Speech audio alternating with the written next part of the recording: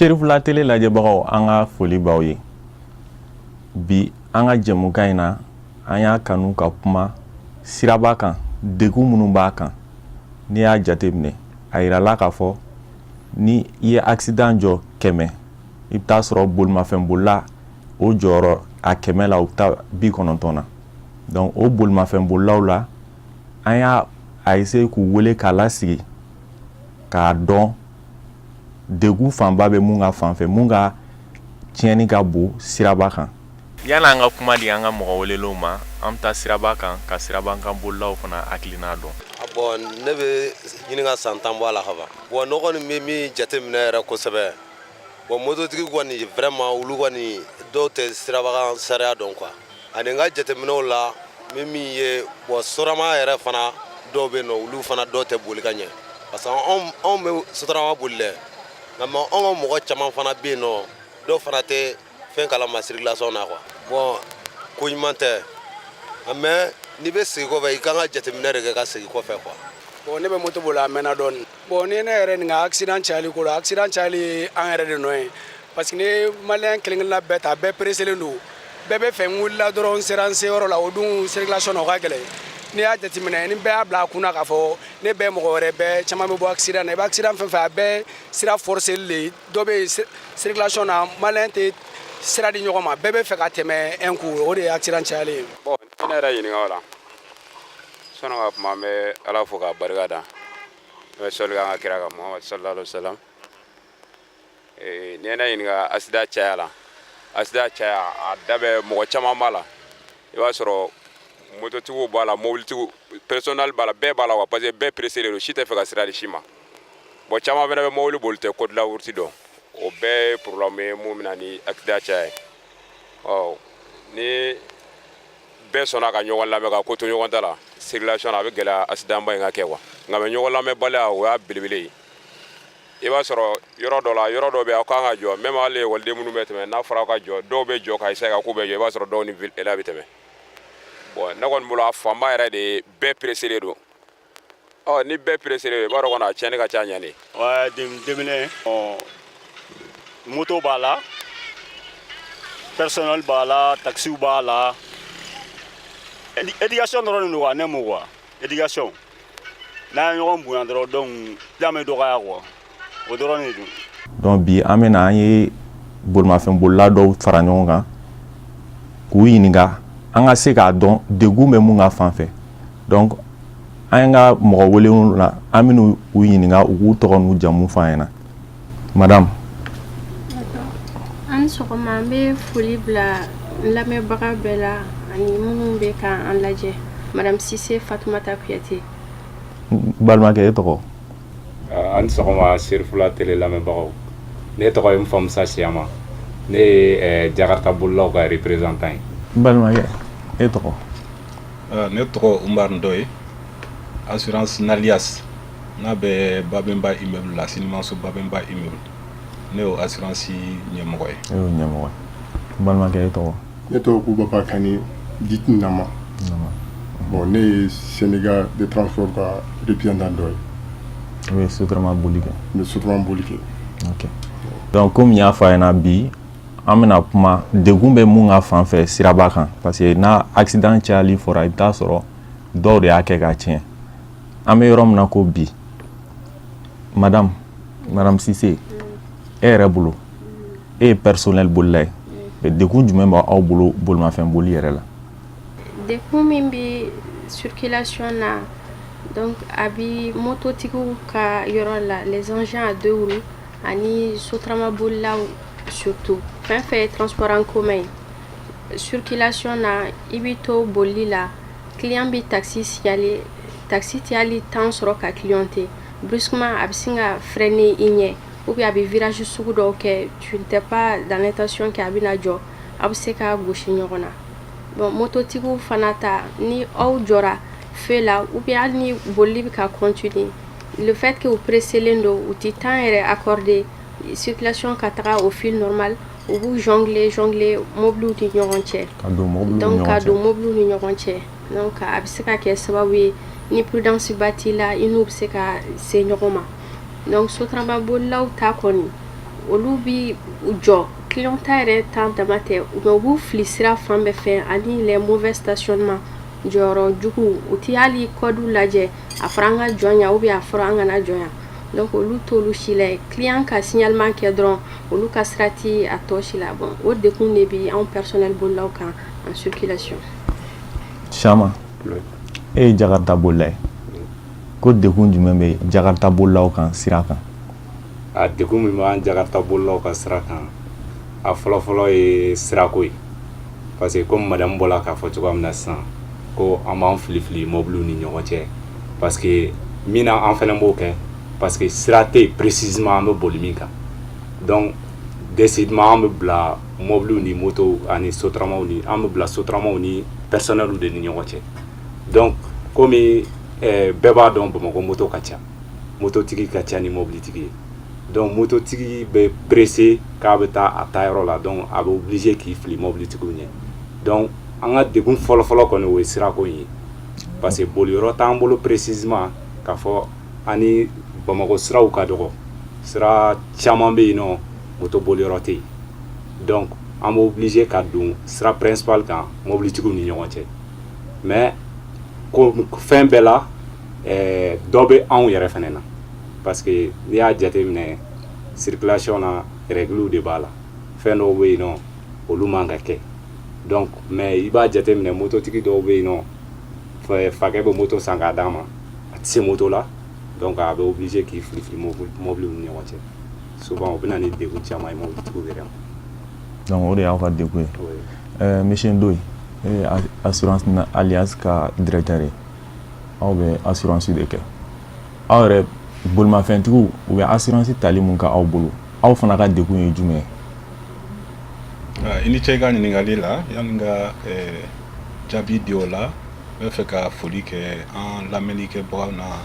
an lajɛlikɛbagaw bɛɛ ye et puis ka foli kɛ Serifila télévision ye aw ka cɛsiri la donc ne bɛ se k'a fɔ bi ne nisɔndiyalen don barisa aw kɛra sababu ɲuman ye an ka se ka kunnafoni di assurance taabolo kan fɛn min ye sirabakan kansara ye ayiwa an ka jamana kɔnɔ kɔlɔlɔba de don donc jatew y'a jira k'a fɔ san o san mɔgɔ 400 kɔ o de bɛ bɔnna nin na minnu bɛ jigin o ye bayirika ko de donc o ye fɛn min ye ne bolo an bɛɛ kan k'an cɛsiri a ko la ka kunnafoni fɛnɛ di an lamɛnnikɛbagaw n'an lajɛlikɛbagaw ma i yɛrɛ ka kuma la i y'a fɔ k'a fɔ sirabakan kasara fɛn saba de don sababu saba de don sababu fɔlɔ o ye sira ye o fɔra an balimaw y'a fɔ ni sira man ɲi o bɛ se ka kɛ dengun dɔ ye sababu filanan o ye bolifɛn yɛrɛ donc bolifɛn o kan ka kɛ entretien kan ka k'a la a kan ka visite technique passer a ɲɛ kan donc sababu sabanan n'o yɛrɛ ye sababu yɛrɛ fanba ye i y'a fɔ o ye hadamaden yɛrɛ min bɛ an fɛn fɛn filɛ nin ye n'an bɛ circulation na an kan ka kow kɛ cogo min barisa ni i ma code de la route sariya bato a bɛ na ni kɔlɔlɔ de donc i y'a fɔ ne ye assurance baarakɛla de ye anw ka baara fanba o ye ni accident kɛra sisan musaka minnu b'a la donc an ta ye de kan an wasa don olu la mais o t'an bali fɛnɛ ka ladilikanw kɛ an ka clients ye barisa komi n y'a fɔ cogo min na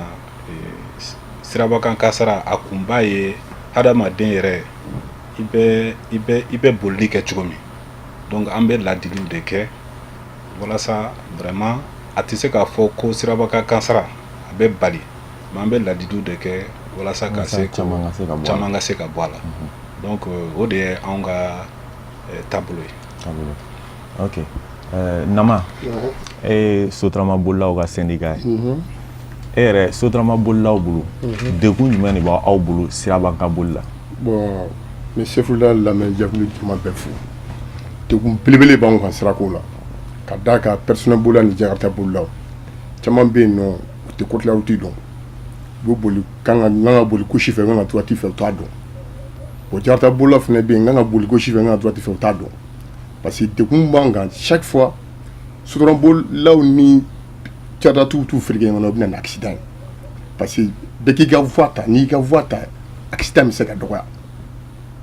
parce que dɔw bɛ yen nɔ u bɛ moto san ka di u den ma c'est à dire k'a fɔ ko n bɛ hali ka taa ka formation dɔ k'u na autocole la pour que ka a dɔn k'a fɔ nin panneau ye nin panneau ye nin kan ka taa nin fɛ ka taa nin fɛ bon formation t'a la foyi t'a la ni min wari sɔrɔ dɔrɔn u bɛ to kura san ka d'a denw ma wa i b'i den di fɛn de ma accident de ma f'i k'i den lasigi so kɔnɔ ka a ladege fɛn dɔ la ka fɛn dɔ f'a ɲɛna o ye degun fɔlɔ ye degun filanan min o ye personnel ye dɔw bɛ mobili san ka di musow ma mais u bɛ taa autocole la u bɛ formation kɛ mais u bɛ formation min kɛ u tɛ se mobili la u b'u bila sira kan n'i y'u bila sira kan kan ka taa yɔrɔ min fɛ i tɛ t'o fɛ diyagoya n'i t'o fɛ dɔrɔn n'i taara savoir dɔ fɛ a bɛ ala k'an kisi ala k'an taga a bɛ na accident de voilà o degunba de b'an kan kosɛbɛ kosɛbɛ. ok donc an y'o faamu madame Cissé n'i ye e ɲininka e ye personnel bolila ye e yɛrɛ bolo ni ɲininkali kɛra accident caya ye a kun ye jɔn ye.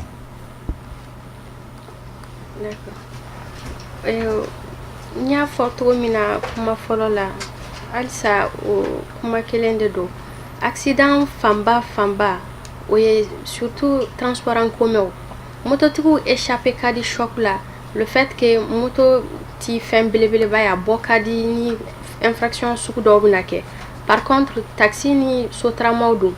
sotrama ka a fili ɲɛ a da bɛ digi mobilitigi la parce que a ka foyi ti a la sotrama bolila se dit que ne ka véhicule personnel tɛ foyi tɛ transport en commun don hali n'a gratira hali n'a gosira a ti foyi kɛ mais a dekun min bɛ personnel tigiw kan u bɛ n'i ka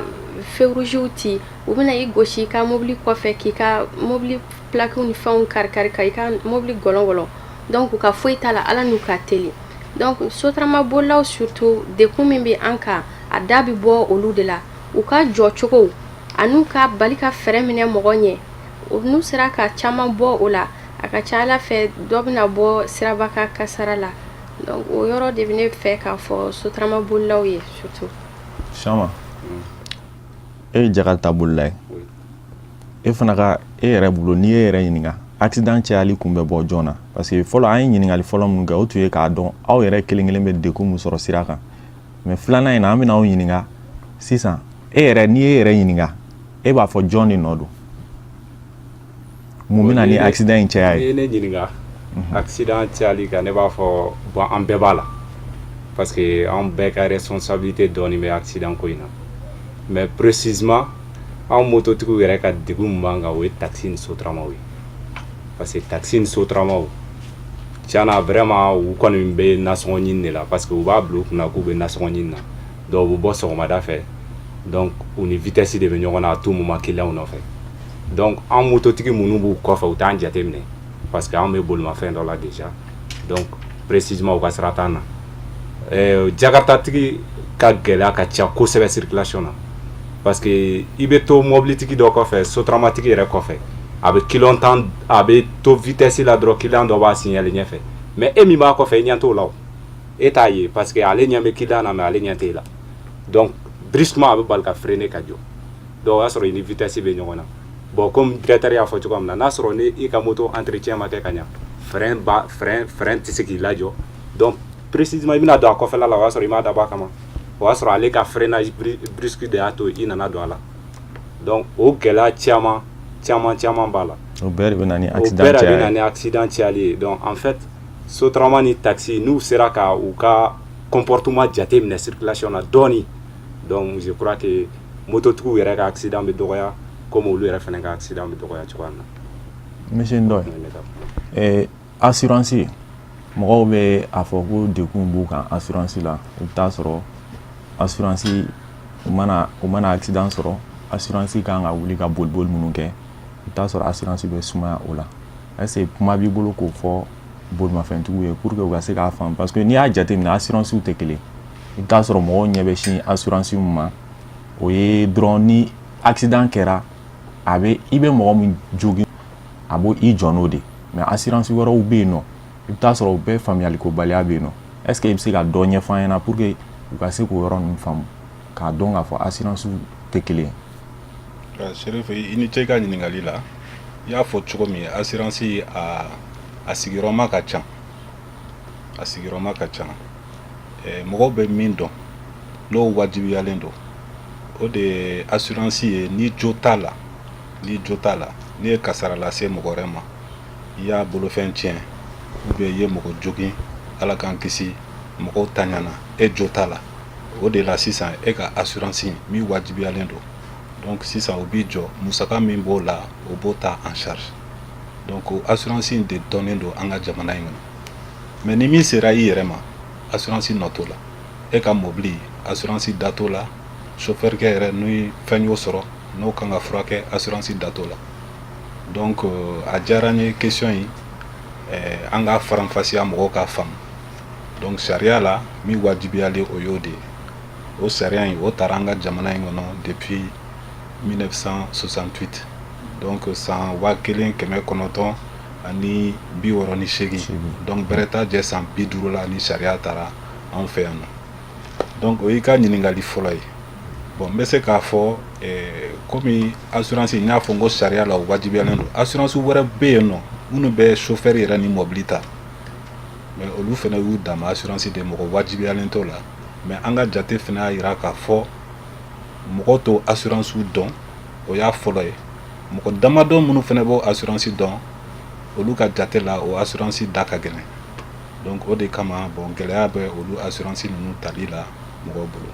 donc i ka ɲininkali filanan o taara ni accident kɛra sisan assurance jɔyɔrɔ ye jumɛn ye mɔgɔ caman b'a fɔ assurance ka suma donc n bɛ fɛ ka faranfasiya di o fana la donc an ka jateminɛ sisan ni sirabaka kasara kɛra n ka kuma y'a jira k'a fɔ jama fanba bɛ assurance ta ni jo t'a la de mais e jo b'a la e jo t'a la assurance accident don o tɛ se ka dɔn déjà accident in bɛ kɛ wagati min o y'a sɔrɔ assurance tɛ mais min jo b'a la min jo t'a la o tɛ dɔn o bɛ dɔn wagati min fo ni sɛbɛn dɔ bɔra n'a bɛ fɔ a ma PV procès verbal donc policiers ou bien gendarmerie o de b'o o sɛbɛn kɛ n'o sɛbɛn bɔra wagati min na o de la assurance bɛ se k'a jɔyɔrɔ fa mais n kan ka fɔ k'a fɔ an ka jamana in kɔnɔ o papier in nafaba de b'a la donc jatew y'a jira k'a fɔ o papier in de tɛ bɔ joona donc tant qu'o ma kɛ alors assurance tɛ se ka a jɔyɔrɔ fa o sɛbɛn dun fana bɛ bɔ yɔrɔ min o tɛ assurance yɛrɛ ka hukumu kɔnɔ donc o de ye gɛlɛya fɔlɔ faamaw de bɛ na n'o ye donc n'o sɛbɛn ye n'o mɛnna o ma na donc assurance fana bɛ to ten u tɛ se k'u ka baara kɛ sinon an yɛrɛ bɛ a ɲini policiw fɛ an bɛ sɛbɛn ci u ma k'a fɔ an ye mobili dɔ assuré o nin tun bɛ nin accident na est ce que aw bɛ se k'aw teliya ka sɛbɛn ninnu ci donc an b'olu baaraw kɛ a bɛ se ka kɛ mɔgɔ t'olu kalama de donc o de ye gɛlɛya fɔlɔ ye sinon k'a fɔ n'olu baaraw bɛɛ kɛra mais a bɛ se ka kɛ yanni o sɛbɛnw ka na musaka dɔw bɛ yen nɔ an ka minnu joginna ou bien minnu ka mobili tiɲɛna olu bɛ se ka surtout minnu joginna olu bɛ se ka fura dɔw san sisan mais ni sɛbɛn bɔra k'a fɔ an de ka assurer jo tɛ accident in na donc an b'a a musaka ninnu bɛɛ ta en charge mais ni sɛbɛn in kɔni bɔra assurance kɔni kan ka jɔyɔrɔ fa a kɛra de tiɲɛni de kɛra dɔ kun donc ni tiɲɛni kɛra o taabolo bɛ yen ni joginni fana kɛra o taabolo bɛ yen ni tiɲɛni kɛra sisan an b'a ɲini de mobili min endommagera mobili min gɔlɔnna fo devis de ka na garage min y'i diya i bɛ taga yen nɔ i bɛ na n'o devis ye k'a fɔ assurance ye garage ko mobili bɛ dilan nin hakɛ de la aw jɛnna n'a ye wa donc fo bɛnkan de ka sɔrɔ o la bon o fana bɛnkan sɔrɔli tuma dɔw la a bɛ se ka kɛ samasamali ye dɔɔni barisa assurance fana b'a jateminɛ k'a fɔ i nana ni devis de réparation min ye caman farala kan fo sɛgɛsɛgɛli de bɛ k'o la bon o ye an b'a fɔ min ma dégâts matériels o ye taabolo ye maintenant ni joginni fana kɛra a bɛɛ y'a kelen de yanni PV ka bɔ yanni procès verbal nin ka bɔ donc dépense fɔlɔ minnu bɛ ni b'o kɛ sisan olu ni nana n'o olu justificatif ye justificatif o ye olu sɛbɛnw ye donc assurance b'o sara assurance b'o sara donc an ka baaraw bɛ boli sariya de kɔnɔ sariya dɔw bɛ yen nɔ ni mɔgɔ joginna sisan alors a bɛ furakɛli fɛn fɛn kɛ an b'o musaka bɛɛ ta en charge dɔrɔmɛ juru man ka kɛ assurance la i b'a ta en charge ala k'an kisi n'a ka joginni n'o y'a sɔrɔ a jugara a tigi tɛ se ka furakɛ an ka jamana in kɔnɔ n'a kan ka taa jamana wɛrɛ la assurance bi jɔ ni nin bɛɛ ye ayiwa a joginna a tigi tɛ se ka taga ka baara kɛ donc n'o y'a sɔrɔ a ka sɔrɔ ye min ye a ye sɛbɛn yira n ka sɔrɔ ye nin de donc an b'o o sɔrɔ bɛɛ taa tigi ma fo ka taa tigi kɛnɛya donc o bɛɛ bɛ assurance tiers in na o bɛɛ bɛ assurance tiers in na o bɛɛ bɛ assurance tiers in na donc olu musakaw bɛ d'a ma walasa a ka se k'a ka denbaya ta en charge bon fɛn wɛrɛw bɛ yen nɔ olu ka suma barisa dɔgɔtɔrɔ sɛbɛn dɔ bɛ yen nɔ n'an b'a fɔ a ma certificat médical n'i kɛnɛyara o fana bɛ ci assurance ma sisan o de la a bɛ yira k'a fɔ accident in sababu la karisa ye nin fiɲɛ de sɔrɔ a ka hadamadenya la donc o fana wari bɛ suma k'a di a tigi ma a tɛ suma ten dɛ a bɛɛ sɛbɛnnen bɛ assurance sariya de la o sariya in fana assurance yɛrɛ m'o sariya kɛ gouvernement de y'o sariya kɛ donc an ka baara bɛ boli o taabolo de kan donc fɛn wɛrɛw bɛ yen nɔ a bɛ komi ni accident kɛra dimi min kɛra i kan n'o y'a sɔrɔ sisan fiɲɛ dɔ kɛra i ɲɛda ni fɛnw na olu bɛɛ hakɛ bɛ suma k'olu wariw d'i ma ala k'an kisi ni mɔgɔ tanyara fɛnɛ donc musaka fɛn fɛn b'o la musaka fɛn fɛn b'o la olu bɛɛ bɛ sara mɔgɔ min ye o tɛ banbagatɔ yɛrɛ ye bilen mais o y'a kɔmɔgɔw ye a fa bɛ balolen wa a ba bɛ balolen wa olu ka hakɛ bɛ suma ka d'u ma den b'a tigi bolo wa olu ka hakɛ bɛ suma ka d'u ma kɔrɔni dɔgɔ b'a tigi bolo wa olu ka hakɛ bɛ suma ka d'u ma muso b'a bolo wa fo muso naani barisa an ka jamana sariya dɔw ye olu fana bɛɛ ka hakɛ bɛ suma ka d'u ma donc o de ye assurance fana gɛlɛya ye k'a fɔ tant que PV in ma bɔ assurance ka baara bɛ gɛlɛya dɔɔni